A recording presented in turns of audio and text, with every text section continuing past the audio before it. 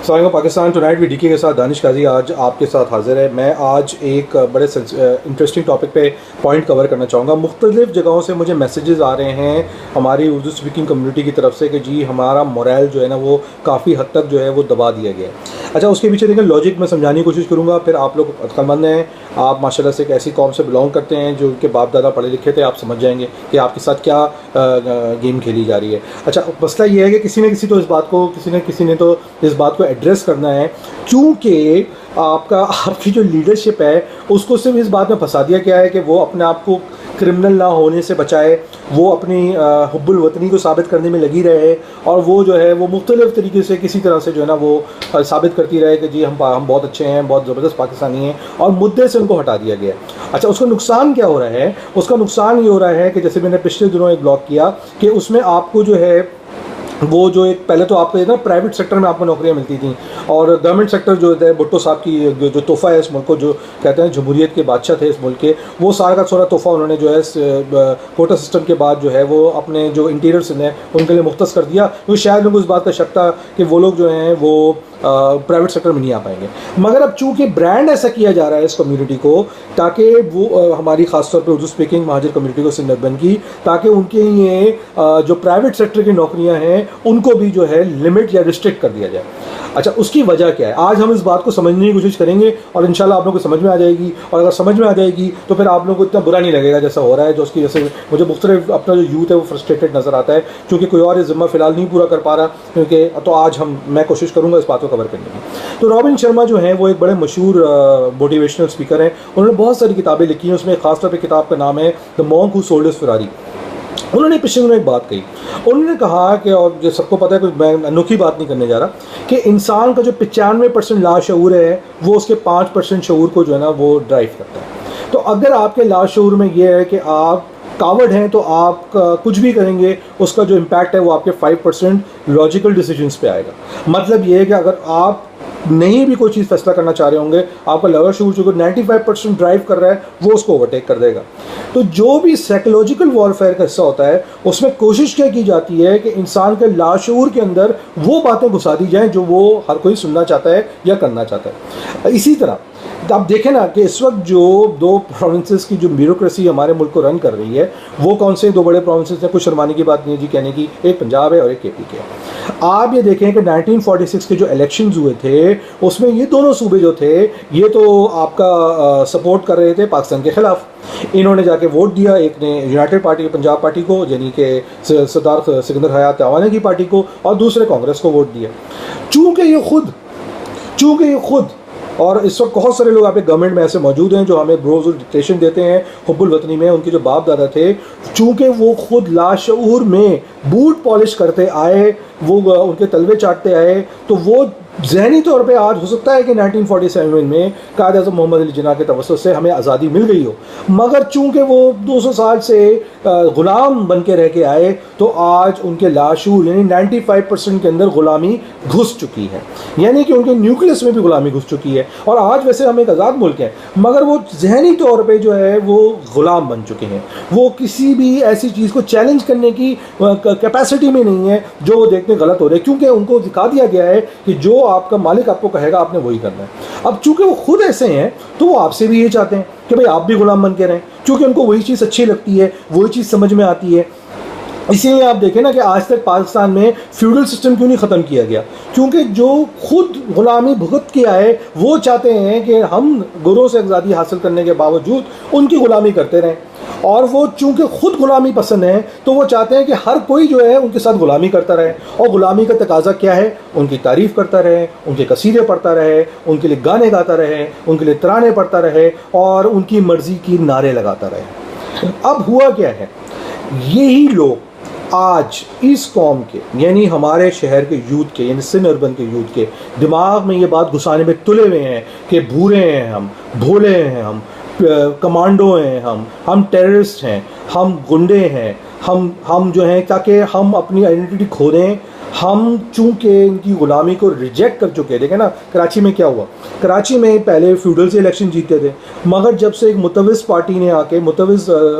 पाकिस्तानियों की पार्टी ने आके इस शहर में पॉलिटिक्स स्टार्ट की, तो उन लोगों का जो दाल दलिया था वो उठ गया। इवन जो दूसरी पार्टियां भी आती थी कराची के अंदर, वो भी मजबूरी में नॉन फ्यूडल लोगों को टिकट देने के लिए होती थी। अभी आपने 2013 के इलेक्शन में देख लिया कि पीटीआई ने, वैसे तो पंजाब में बहुत सारे फ्यूडल्स को टिकट दिए होंगे, मगर कराची में उन्होंने एक मिडिल क्लास के बंदे को टिकट दिया, आरिफ अलवी को,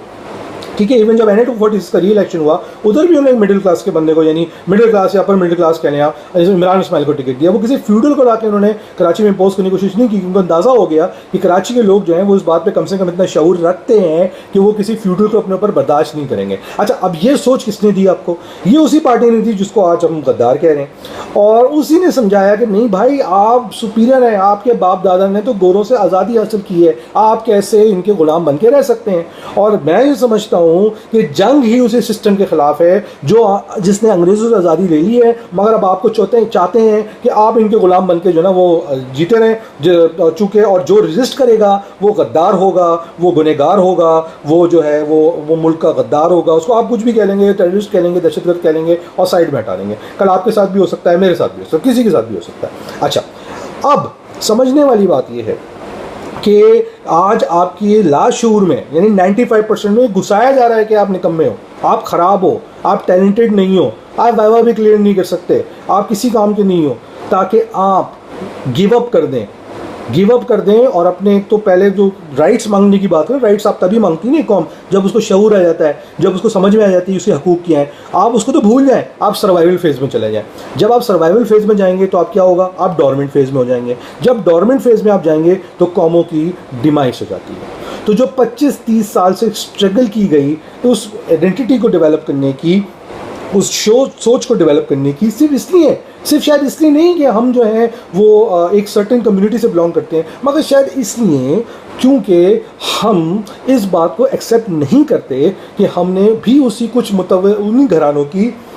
जो फ्यूडल्स बन के बैठे हुए एस्टैब्लिशमेंट में, कुछ ऐसे लोग जो अंग्रेज़ों के साथ के थे, हम उन्हीं की गुलामी कर लें। आप मुझे बताएं ना कि आपके बाप दादा ने इसलिए आज़ादी हासिल की थी कि जिन लोगों ने, और ये बात मैं अब कराची की यूथ से नहीं कहूँगा, ये मैं पंजाब की यूथ से भी कहूँगा, ये मैं सरहद की यूथ से भी कहूँगा, मैं सिंध की यूथ से भी कहूँगा, मैं बलूचिस्तान की यूथ से भी कहूँगा। क्या आप ये बात बताइए, अगर आप लोग सच्चे पाकिस्तानी हैं तो आप मुझे इस सवाल का जवाब दें, क्या आपके बाप दादा ने अंग्रेज़ों से आज़ादी इसलिए हासिल की थी कि वो आज कुछ लोगों के ग़ुलाम बन के बैठ जाएं, कि आज भुट्टो का पहले बेटी हम पे हुकूमत करेगी और आज उसका नवासा हम पे हुकूमत करेगा, नवाज शरीफ की बेटी हम पे हुकूमत करेगी और फिर शायद उसके नवासे या पोती हम पे हुकूमत करेंगे, और शायद और भी लीडरों के साथ ही होगा। चाहे ANP है, ANP अपने आप को एक सेकुलर डेमोक्रेटिक पार्टी कहती है, तो वली खान का पूरा ख़ानदान चला आ रहा है, कोई और क्यों नहीं निकलता आगे भाई उसमें। और भी आप दूसरी पार्टियाँ उठा लें, उसमें यही सक्सेशनिस्ट पॉलिटिक्स जो है चलती आ रही है। तो क्या भाई आप लोगों ने इसलिए आज़ादी हासिल की थी, क्या कहते हैं, अंग्रेज़ों से, इसलिए पाकिस्तान बनाया था कि आप इन लोगों के ग़ुलाम बन के रह जाएँ? ये फ़ैसला देखें आपने करना है। मगर मैंने सिर्फ अपनी कौम को, और ख़ास तौर पे उस यूथ को, जो गुजारी बात है, मेरा पहली कोशिश ये है कि मैं अपने घर को सही करूं। मैं सिंध बन की यूथ के बाद कहना चाहूँगा कि भाई अपने लाशऊर में ये घुसा लें कि आप एक ऐसी कौम के वारिस हैं जिन्होंने इस मुल्क को बनाया है, जिनके बाप दादा ने कुर्बानी दी है, इस्मतें लुटाई हैं, 20 लाख जानें दी हैं और आज भी देते आ रहे हैं, आज भी सर पर खड़े हुए हैं, और सिर्फ दूसरों के डिस्ट्रैक्शंस को, एक जो ट्रक की बत्ती चलाई जाती है इस कौम के पीछे, उसको सिर्फ सशिएट करने के लिए आज भी आप कुर्बानियाँ दे रहे हैं। और सिर्फ जानों की कुर्बानियाँ नहीं हो रही, आपके करियर की कुर्बानी हो रही है, आपके रेपुटेशन की कुर्बानी हो रही है, आपकी सोच की कुर्बानी हो रही है, आपके हसूल की कुर्बानी हो रही है, आपकी ताकत की कुर्बानी हो रही है, आपकी डिमांड्स की कुर्बानी हो रही है, आपकी हर उस चीज़ की कुर्बानी हो रही है जो आपके मुस्तकबिल के लिए हो सकती थी। तो ये फैसला आप ही ने करना है, ये फैसला सिर्फ आप और आप ही कर सकते हैं कि आप किस तरह बनना चाहते हैं। अपने लाशऊर में घुसा लें, यानी उस 95% में घुसा लें कि आप एक सक्सेसफुल कौम का हिस्सा हैं, आप एक ऐसी कौम का हिस्सा हैं जिसने डिलीवर किया है, जिसने अचीव किया है, जिसने इस मुल्क को बनाया है। आप उस कौम का हिस्सा नहीं हैं जो 200 साल से उन लोगों के बूट पॉलिश करती आई, गुलामी करती आई, और नहीं, आपको उस कौम का हिस्सा भी नहीं बनना, क्योंकि वो आपसे भी चाहती है कि आप वही करते रहें। आपने अपना थॉट, अपने मुल्क के कानून अपने कुरान के हिसाब से, नबी पाक सल्लल्लाहु अलैहि वसल्लम की शरीयत के हिसाब से, अपनी सोच के हिसाब से अपनी सोच को बनाना है। और उसके अंदर सिर्फ़ और सिर्फ ज़रूरी है कि आप ग़ुलामी के तौक तोड़ें और अपने लाशऊर में घुसा लें कि आप ग़ुलाम नहीं हैं, आप दहशतगर्द नहीं हैं, आप चोर नहीं हैं, आप लैंड ग्रैबर नहीं हैं, आप चाइना कटर नहीं हैं, आप इस मुल्क के बाइज़्ज़त शहरी हैं। पाकिस्तान में आज भी यहाँ के रिसोर्सेज को बहुत इज्जत से देखा जाता है। हार्ड वर्किंग लोग हैं। आप दुनिया में जहाँ जाते हैं अपना नाम बनाते हैं। बड़ी बड़ी पोजीशंस पे आपके लोग बैठे हुए हैं। बिल्कुल अपने आप को फ्रस्ट्रेट करके डिप्रेस करने की ज़रूरत नहीं है। अभी जो सब कुछ हो रहा है ना, ये वक्ती तौर पे हो रहा है। ये होगा, मुतअद्दिद बार होगा, बार बार होगा, कि जब तक कि वो लोग जो आपको ग़ुलाम बना के रखना चाहते हैं वो आपके ऊपर बैठे रहेंगे। जिस दिन कोई ऐसा हुक्मरान पाकिस्तान पे आकर बैठ गया जो कि वाकई में उस मुल्क को अपनी हुब्बुल वतनी के साथ समझता है कि हमने ग़ुलाम कौम बन के नहीं रहना, हमने एक ऐसी कौम बनना है कि जो आगे बढ़े, जो तरक्की करे, जो उसके हकूक़ उसको मिले, आप देखिएगा उस दिन एक तो आपकी नीड भी होगी और उस दिन आप देखिएगा ये मुल्क कितनी तरक्की करेगा। बस इसके साथ मैं आपको ये कहूँगा, अपने 95% में घुसा लें कि आप वो सब नहीं है जो आपको रोज़ पेड मीडिया बैठ के बताता है। घुसा लें अपने 95% में। अगर आपने ये कर लिया तो फिर आपकी जो 5% बाकी जो शऊर का डिसीजन है वो हमेशा वही होगा जो आपके हक़ में बेहतर होगा, आपकी कौम के हक़ में बेहतर होगा, तो इस पाक सरज़मीन के हक़ में बेहतर होगा। और मकसद मेरा हरगिज़ ही नहीं है पाक सरज़मीन पार्टी के नाम से आज उनके साथ जो हुआ है, उनका एक और कारिंदा पकड़ा गया है, मैं उसकी बिल्कुल बात नहीं कर रहा, अस्तग़फ़िरुल्लाह। मैं पाक सरज़मीन यानी इस्लामिक रिपब्लिक ऑफ पाकिस्तान की बात कर रहा हूँ। इसके साथ यूनाइट विद डीके के साथ अगले शो तक के लिए खुदा हाफ़िज़। पाकिस्तान जिंदाबाद। और ये नारा मैं ड्यूरस में नहीं लगा रहा, ये नारा मैं दिल से लगा रहा हूँ। पाकिस्तान जिंदाबाद।